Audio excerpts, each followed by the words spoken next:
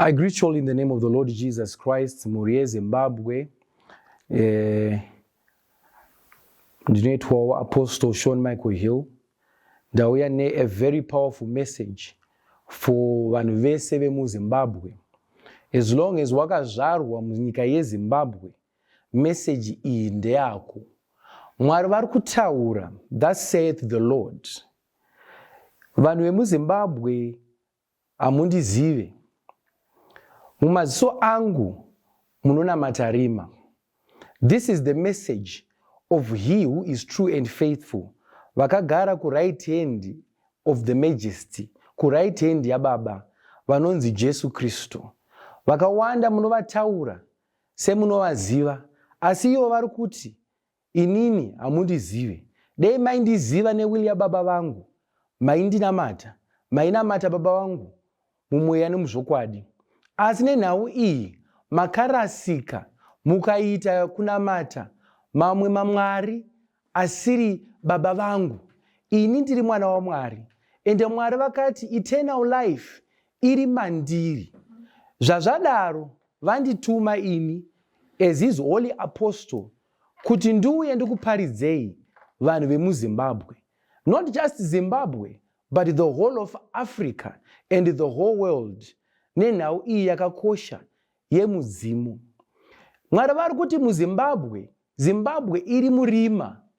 Hakuna chiedza muZimbabwe nokuti makabatwa nemasimba emudzimu. Hakuna chinhu chinonzi mudzimu. Kana hama yako yafa, baba vako kana mai vako vafa, vaendeswa kwavanenge vaendeswa naMwari kuburikidza iye Jesu Kristo, haagoni kudzoka. Nekuti muna Revelation 1:18 vanoti ini ndine makeys ehell. Ndo vane makeys ehell nedeath. Saka kuti munhu afe, ivo ndo vanotaura kuti rufu chienda unotora munhu uyu womuasaina kwachaenda mweya wake. Zvazvinodaro vari kundiudza kuti munhu wese akafa kumashure uku asingazive Jesu, achitenda mumudzimu, ari kugehena. Kutaura kwandiri kuita kudaiwo, wese akafa achitenda mumudzimu ari kugehena. Achafa achitenda mumudzimu nemutupo ari kuenda kugehena. Kugehena hakuna repentance. Kugehena hakuna munamato kuti chindiregererai Ishe, Mwari Baba chindiregererai, ndatsva, zvakwana, ndibuditsei. Hakuna. Wava kugehena wamirira second death. Kristu pavachauya muglory yaBaba vavo nengirozi vachitora vakadanwa nyika isati yavambwa naMwari Baba, vachamutswa vanenge vari kugehena, vachatorwa vosanganiswa mweya nenyama, vagotongwa vagokandwa kune lake of fire, kwavachatsva narini narini. Bvudzi, nzwara, maziso, mhino, every fiber of your being munenge muchipinda moto, munenge muchipinda moto. Mai vako nenge vachivaona kuti avo mai vangu vachitsva usina simba rokuti moto usavapisa, brimstone usina simba yekuti isavapisa. Baba vako uchivaona, angava mwana wako, angava ani, unenge uchimuona wawakada ukati uyu mudzimu, ndo mudzimu wangu, mai vangu nababa vangu. Nokuti Kristu anoti ukada baba vako kana mai vako kukunda ini, haukodzeri, you are not worthy of me. Saka wese ada baba vake na mai vake akati baba vangu vafa, ndo mudzimu, reka tivadane back mufamily, vatichengete, vatiprotecte pakurova guva ceremony. Munhu afa handiti munoita kurova guva ceremony, moti reka tiinvoke munhu uya. Mwari vari kuti jebalakazoderebasa, the Lord Jesus Christ vakagara kurudyi rwaBaba vari kuti wese anoita kurova guva ceremony achidana hama yake, ngava baba vake kana mai vake, nokuti ndo mudzimu ka. Baba vako kana mai vako vafa, ndo mudzimu, ndo vamunodana kuti ngaachidzoka mumuri. Vari kuti mune simba raani ramunomudana muchimuti ngaadzoke. Achidzoka kupi? Hakuna anodanwa, angava akaenda kugehena, angava akaenda kuheaven. Hapana munhu ari panyika pano ane simba rekudana mweya waBaba kana mweya wamai oti dzoka panyika, utichengete, utirwire hondo. The Lord Jesus Christ, I hear him clearly. He is saying hakuna zvakadaro. chinobuda chinoitika inonzi necromancy. Mhuri dzese dzeZimbabwe nditererei. Mwari vari kuti muri masosara, muri maroyi, muri mawizard, muri manecromancer. What is a necromancer? A necromancer munhu anoinvoka mweya yemunhu afa kuti ngaiuye, but chinouya hasi mweya wake, chinouya mademons nemafamiliar spirits. Hama yako haiuye, mai vako kana vakalokwa kuhell havana simba riri pamusoro pesimba razita raJesu. The Lord Jesus akanzi naBaba, zita rake riri pamusoro pemasai ese kuheaven, on earth nepasi peearth. Saka hapana munhu anogona kuti ari kuhell kana kuheaven, aiwa mhuri yangu yandidana, rega ndidzike ndiende kwaari, tinovabatsira, ndinovaita oversee. Hakuna zvakadaro. Makanyeperwa Zimbabwe. Necromancy spirit ndiyo inenge ichioperata mamuri. This is what the Lord Jesus is saying. Pamuchatakura guva ceremony, Zimbabwe yese inozvita. Vanoita mabira, vanodira doro pasi, vachipembedza midzimu iyi, vachiinvoka, vachidana, vachita marituals. The Lord Jesus says these are satanic, demonic rituals. Hence Zimbabwe muri murima, but vari kukudanai muzuva ranhasi. Chiedza chavo chakabwinya munyika yeZimbabwe. Kuhurumende nemunhu wese, from the greatest to the least, vari kuti budai mune zvemudzimu. Mademons, mweya wetsvina, havazvide. Hakuna anoti anotenda muna Jesu achiti ane mudzimu. Mudzimu wako ndo mutupo wako, ndo tsika dzechivanhu, ndo chishona. Kana wanga usingazive, ndo chishona. Mudzimu unotodana njuzu zvakare, woti iwe uye watibatsire kushava, iwewo machembere ndo anoti imimi indai muno vanasawira, indai munofamba nehama yangu mubatsire kushava. Masimba emvura. Hapana chakasikwa denga nepasi chisina kusikwa na the Lord Jesus. Satan akasikwa na Jesu. Njuzu dzakasikwa na Jesu. Nyoka dzinova njuzu mumvura dzakasikwa na Jesu Kristu. Hapana chisina kusikwa na Jesu Kristu. Pazvinhu zvose zvamunonamata, zvese zvinomuziva. Saka zvese zviri pasi paJesu Kristu, ende zvinotomutya. Saka pamune muchizvidana kuti uyai mudaiwo, the Lord Jesus vanenge vakagara vachitarisa vachiti, vana vanondivenga, vanovenga baba vangu ava. Ndakavatarisa maziso avo nokuti hapana chakavanzika mumaziso at the word of God. Ndo zita remwanakomana waMwari. Vanenge vachiti Zimbabwe makarasika nekuti mada masimba erima, whether visible or invisible. Zvese zvakasikwa naiwo. For him, iye mwanakomana waMwari ndiye akasika zvose. Saka nhasi vati ndikuudzei kuti Zimbabwe zvemanjuzu masimba emvura, this is demonic. Makaita macovenants nemasimba emvura, mukadedicata nyika yeZimbabwe, mukadedicata vana venyu, mukadedicata vanhu vose vemuZimbabwe kumanjuzu, kumvura. Mukaita macovenants nemasimba erima, mukaita macovenants the powers of darkness. Maita macovenants the power of darkness. Makavenga baba vangu, mukandivenga. Nokuti vanoti, ndakati you cannot serve two masters. Either you love one and hate the other.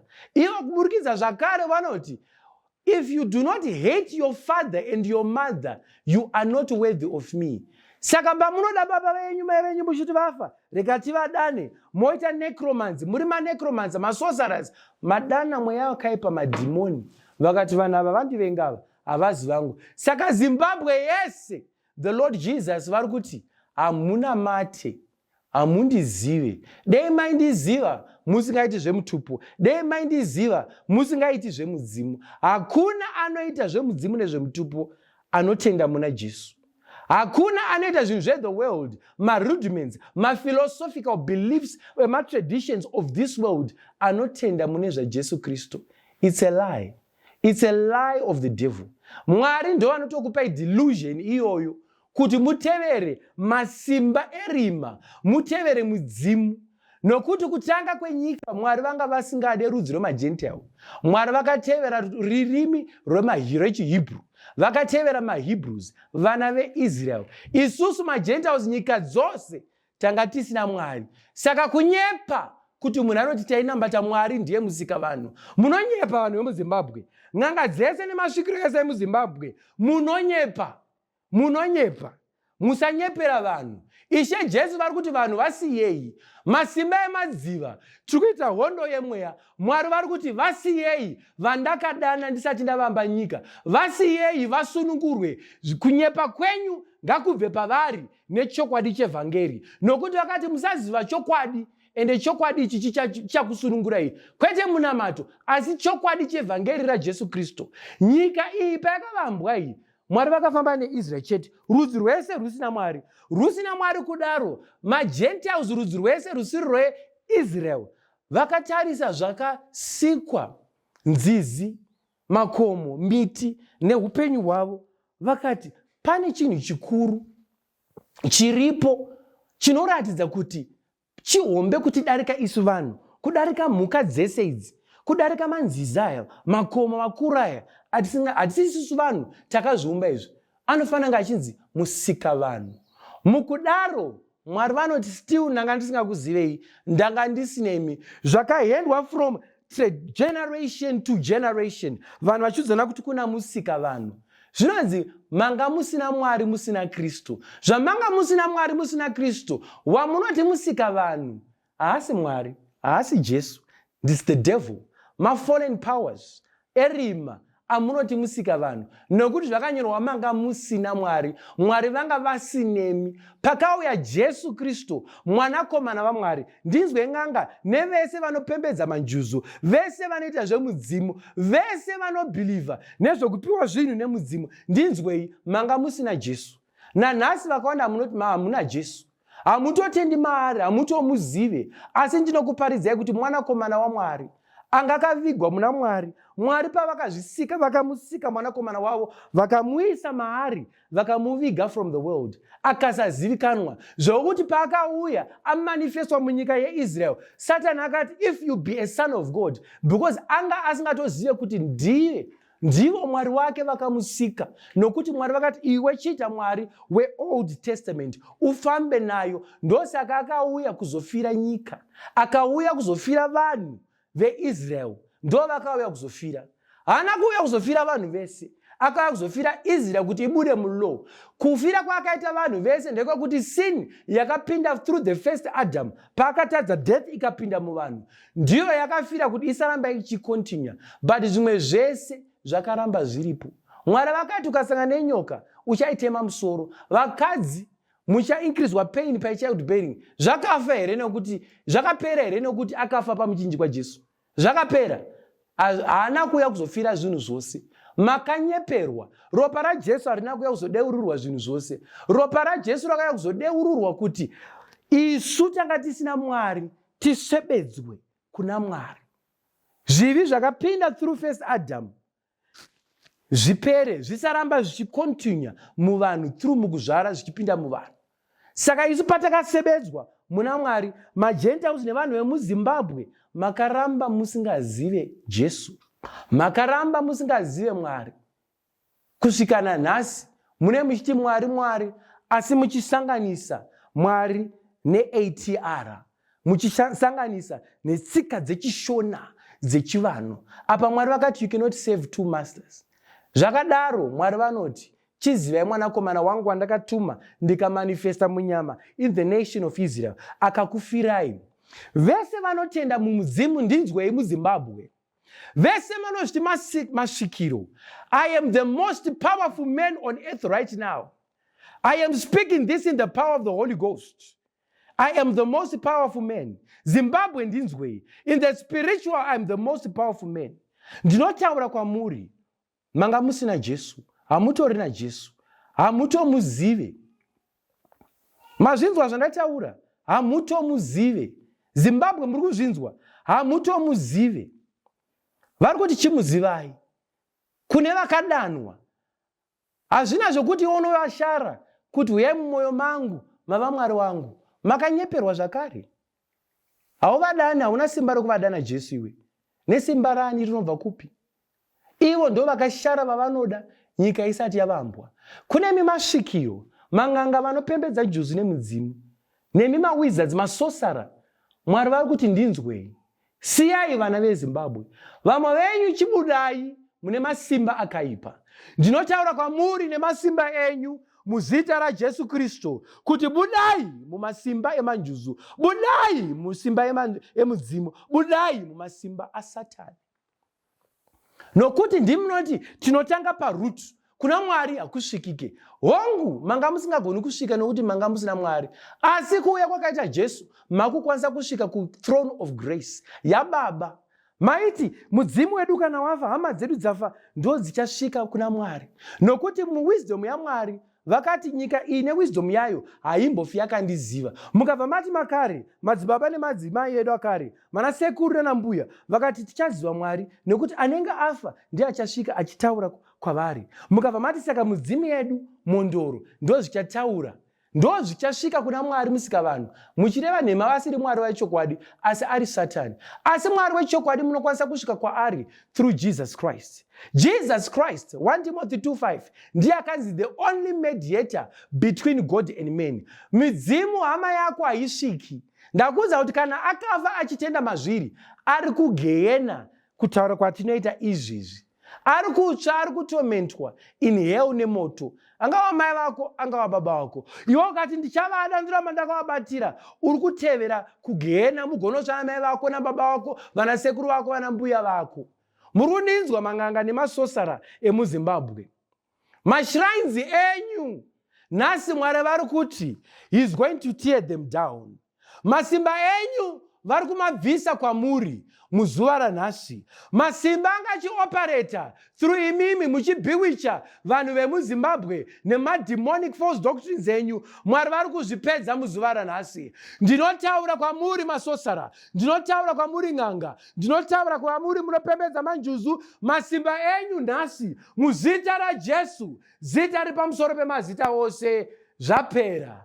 Zvapera. Zimbabwe yasunungurwa. Manga muchipengeswa vese nenyaya yemudzimu, munota come back to your senses. Vese vanga vachita sex in the dream, vakarozwa kuzvikwambo, vakarozwa kunjuzu, vakarozwa kuzvidhoma, vakarozwa kumademons. Upenyu hwenyu usingafambe, wapinda mumarriage, manetsana mabuda. Mwari vari kuti nhasi masimba anga akabata Zimbabwe zvapera muzita raJesu. Zita raJesu riri pamusoro pemudzimu, zita raJesu riri pamusoro pematotems, zita raJesu riri pamusoro pemang'anga nemasvikiro. Mai vako, baba vako vakakuyamwisa pamunochiti ndidzo root, ndipo patinotangira sevanhu vanopembedza midzimu nemasvikiro muchiita zvenhekwe nematanda. Mwari vari kuti chakatanga chii?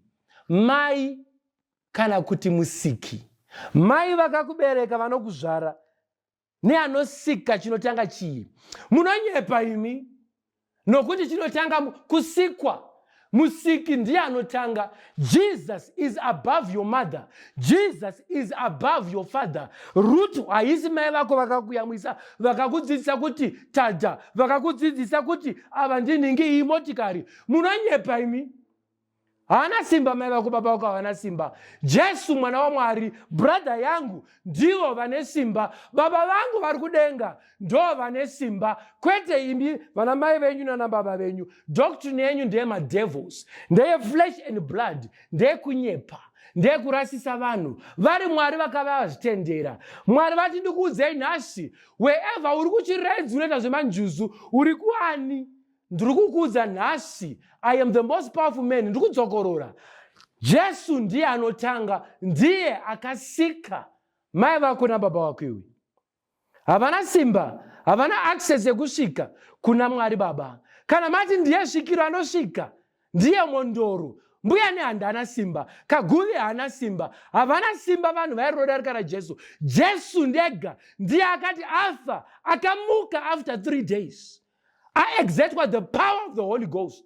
Akamuka. Kana mai vako na baba vako nehanda, Kaguvi, svikiro, Mhondoro ipi muZimbabwe, muAfrica ine simba, yakadi kumuka, yauraiwa, yafa yakadi kumuka. Jesus has supremacy over nehanda, Kaguvi, mai vako na baba vako. Ndiye musiki wezvose, ndiye the firstborn over every creature. Munotaura zvakare, ndiri kunzwa zvichinzi muchati ndeipi nyika isina Heroes Day? Hakuiswi nhekwe here nematanda nemadoro? Hakuiswi here? Kunenge kuchipembedzwa chii? Ndozvamunenge muchibvunzana muri kumatare enyu. Idare rinenge richiitwa here. ndezvemudzimu kaizvi munenge muchiinvoka kamaspirits muchicelebrate the fallen heroes of this world. It's a lie. Havana simba. Mwari vari kuti it's a lie. The Father is saying through Jesus Christ, it's a lie. Ndini ndakakuisai mudelusion iyoyo. Nokuti manga muri perishing. Ndasina kukusharai kubva nyika ivambwe. Chero mukaita maheroes day ndezvenyika. Mwanakomana wangu ari pamusoro pema munoti maheroes of the world vakarwa hondo. Nyika yese kuti isunungurwe. IndiMwari vakazviita kuti Zimbabwe isunungurwe. Haisi mudzimu, haisi Mhondoro. NdiMwari kuburikidza Jesu Kristo vakapa rusununguko kuZimbabwe. Rusununguko rweZimbabwe harina kubva kuMhondoro. Budai mumasimba enhema aSatani kune vakadanwa. Ndinotaura kwamuri Zimbabwe, sunungurwai kumasimba enhema eMhondoro. Mhondoro haina simba, mwechina haina simba, madhimoni haana simba kwamuri. Sunungurwai muzita raJesu. Ungava ani uri kwauri, wakawana zvawakawana kubva kumudzimu, kubva kumasvikiro, kubva kumaNjuzu. Mwari vari kuti zvapera muzuva ranhasi. Kune vakadanwa vese, simba ravo ndinotaura muupenyu hwako muzita raJesu. Buda mumasimba akaipa. Buda mumasimba akaipa. Zimbabwe be free. Ritual yese, covenant yese yakaitwa kuZimbabwe nevana veZimbabwe. Nhasi ndinotaura kwavari nezita raJesu. Zvapera. Uri ani iwe dhimoni iwe? Uri ani iwe Lucifer? Ndinotaura kwauri nesimba remaziso aJesu. Ndakatarisa kwauri through the eyes of Jesus. Nezita raJesu. Uri upi iwe Satani? Uri ani iwe Satani? Uri ani iwe madhimoni? Muri ani mwana Mhondoro? Muri ani mudzimu? Muri ani? Siyai Zimbabwe. Siyai vanhu vemuZimbabwe. Ndinotaura ini sesvikiro redenga, svikiro rababa, svikiro hombe rinosvikirwa nemweya mutsvene. Mweya mutsvene waMwari. Ndinotaura nesimba rezita raJesu. Mese muri vapfana, vese muri vapfana, kaguvi nehanda, midzimu, vanamai, vanababa, whoever you are, vakabata vana veZimbabwe, vari kupenga, vari kutadza kuroorwa, vari kutadza kubudirira, muchivablinda, muchivavhiringidza, vari kurwara izvezvi, zvapera muzita raJesu. I speak as a holy apostle of the Lord Jesus. By the power of the Holy Ghost, Zimbabwe be free. Vana vemuZimbabwe sunungurwai from the devil worshiper, from Asimba Erima. Jesu ndiye mwanakomana waMwari. Jesu ndiye ane supremacy. Baba vake ndo mukuru wezvose. Havana simba vana mudzimu, vana mweya vechinava. Sunungurwai nhasi muzita raJesu. Ndinotaura chaos izvezvi to every shrine, to every altar in the nation of Zimbabwe. Ropa rese revanhu rakadeurwa. Ndinotaura kuti chinyarara muzita raJesu. Masimba ese nyarara muzita raJesu. Sunungurwa Zimbabwe. Upenyu hwevana veZimbabwe vakadanwa naMwari nyika isati yavambwa. Sunungurwai nemanjuzu. Iwe njuzu siya, iwe nyoka siya, iwe Satani siya, madhimoni siya. Hanga musingazive kune anonzi Shoni Michael Hill. Ndakadanwa nhasi izuva ramuchasiya Zimbabwe. Vana veZimbabwe siyai. Wherever you are muZimbabwe, mudzimu power yese, Njuzu power yese, siya Zimbabwe. Ihondo yemweya yavakuitika. Greater than World War III, greater than chimurenga chakaitwa muZimbabwe. Siwa muzita raJesu. Ngirozi dzedenga ngadziriliswe to every family ine munhu ari kudiwa naMwari. Zita raJesu ngariende ku every family right now. Batai vamunoda nesimba rezita renyu, nevhangeri renyu. Vanhu vatende kuti nzira imwe chete, nokuti Jesu akati, I am the way, the truth and the life. Upenyu hwese huri muna Jesu. Satani anogona kukupa, Mwari vanogona kuita kuti Satani akupe. Nekuti Satani paitembutwa Jesu, akatotora Jesu akamisa high point. Nesimba rake rerima iroro, Mwari vakachisumudza musiki wako. Akasumudza musiki wake Jesu Kristo. Jesu Kristo akaiswa on a top position na Satani. Akaratidzwa masplendors enyika yese in the twinkle of an eye. Akanzi, all these kingdoms and their splendors I will give you if you worship me. Satan anopa goridhe. Satan anokupa 2 million, 10 billion, 1 billion. Rolls Royce is a small thing. Everything, Mercedes Benz, they've been given unto him. Range Rover, church asingagoni kukupa. Ndiye mambo kawenyika inu. Saka Zimbabwe, mainamata, Satan, achikupa muchinoambira pamuti, sadza richiapia. Muchiambira kuti musaonekwa nevanhu muhondo zvichiitika. Munotoni tinoda kuti manjuzu afambe nemudzimu zvifambe semasawira. Tishavirwe vana vedu vachifamba vachishavirwa nemasimba emumvura. Makaita maconference nemumvura vanokupaika majuniors asatana nokuti munenge mava worshipa nenyaya yekuda zvino. Mwari vari kuti nhasi upenyu hwenyu hwese zvese zvamunoda zviri muna Jesu, hazvibve mumvura, zviri kwandiri kudenga. Ndakagara kurudzira Baba, izvi zvidiki izvi, tendai mandiri, tendai mandiri, ndiri ndine upenyu. Makanamata mudzimu nemanjuzu nenyaya yekuda tunhu vanhu vemuZimbabwe. Kurova bute kunyaya yekuda Benz, kuda upfumi, kuromba kwamakaita kuda upfumi, muchitenda mudzimu nemanjuzu nemutupo.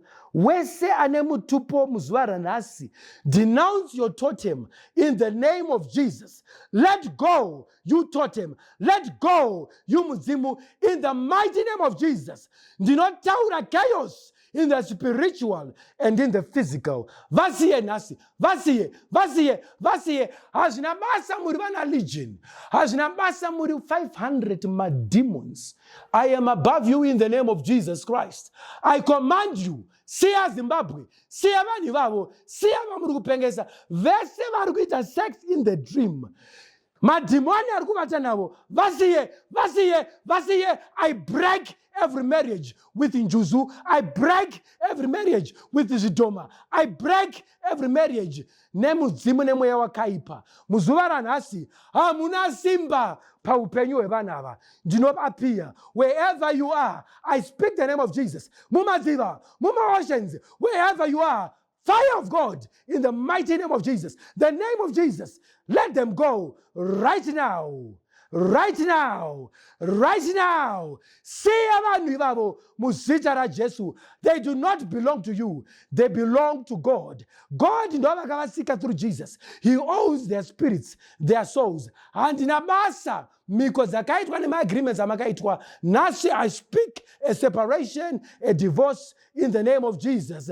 Zimbabwe sunungurwa. Zimbabwe namataishe. Nokuti ndakaparidza ndikati the kingdom of God has been taken from Israel and has been given to Zimbabwe. Saka Mwari vane nhau neZimbabwe. Vari kuti budai mumudzimu, budai mumutupo, budai muma rituals, budai muma demonic shrines, covenants amuri kuita. Muye kwandiri ndikupei mweya mutsvene wangu. I pray right now, wherever you are, that you may be baptized of the Holy Ghost.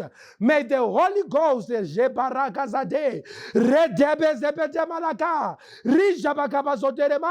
may He fall on you with power wherever you are. In the name of Jesus, I speak a separation from devils, from the powers of the oceans. In the name of Jesus, be separated right now, right now. Begin to see visions and testify of the Lord.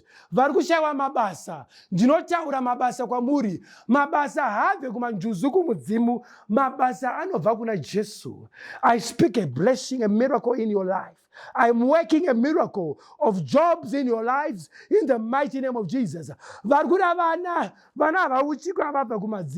Ndinotaura the blessing of God upon your bodies. I speak a miracle in your womb. Muchaita vana next year. Ndirikunzwa vanhu vachizvara muzvipatara. Ndirikuona vanhu mugomo kuparenyatwa kuma-private hospital kuAvondale around the country. Mudzimba muchaita vana. Ndirikunzwa vana vachichema. Ndirikunzwa vana vachiwana mabasa, vachiwana masalari akanaka nemotikari muzita raJesu. Zimbabwe sunungurwa muzita raJesu, muzita raJesu, muzita raJesu. Hapana ane power over this prayer and the Lord Jesus Christ.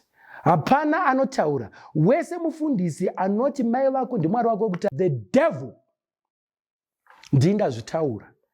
Ndewa Satani, mwari mumwe, mwari baba mumwe. The Lord is one. One body ya Jesu Kristo ndiyo the church. Ndakudzai, handina basa une 10,000, 5,000, 100,000, millions anokufollowa. Uri wa Satani. Musateerera maprofita enhema anoti mai vako ndo mwari wako wekutanga. That is a satanic doctrine. There are many gods, many lords, but unto us the sons of God, there is one God and Father of our Lord Jesus Christ. Ndiyo mwari woga. Hakuna vamwe mwari. Hakuna mamwe mwari. I silence every demonic God and Lord in the world right now in Jesus' name. Be free. Komborerwai. Komborerwai, ropafadzwai, muzita raJesu. Kana pane muprofita svikiro hombere nyika reAfrica rinoramba ndinoitwa Apostle Sean Michael Hill, a son of the living God and Father. Hakuna scriptural reference yaunondipa. I am available to tell you that it is a lie. Hakuna muzimu inonamatwa uchisanganisa na Jesu. Jesu is one, he is the only way to the Father. Nzira yavako yekusvika kuna baba anonzi Jesu Kristo. Siyai vana mai nana baba vakafa. Ukavatevera ukavada, the Lord Jesus is going to be ashamed of you. But wese achachika kutaura Jesu oda kufadza vanhu, ukafadza nyika wavenga Jesu, urikuenda kuhell neku lake of fire. There is no repentance in hell. Zimbabwe sunungurwa muzita raJesu. Vana vakadanwa kuti vazvarwe naMwari by the will of God. May you be birthed in Jesus Christ's mighty name by this message.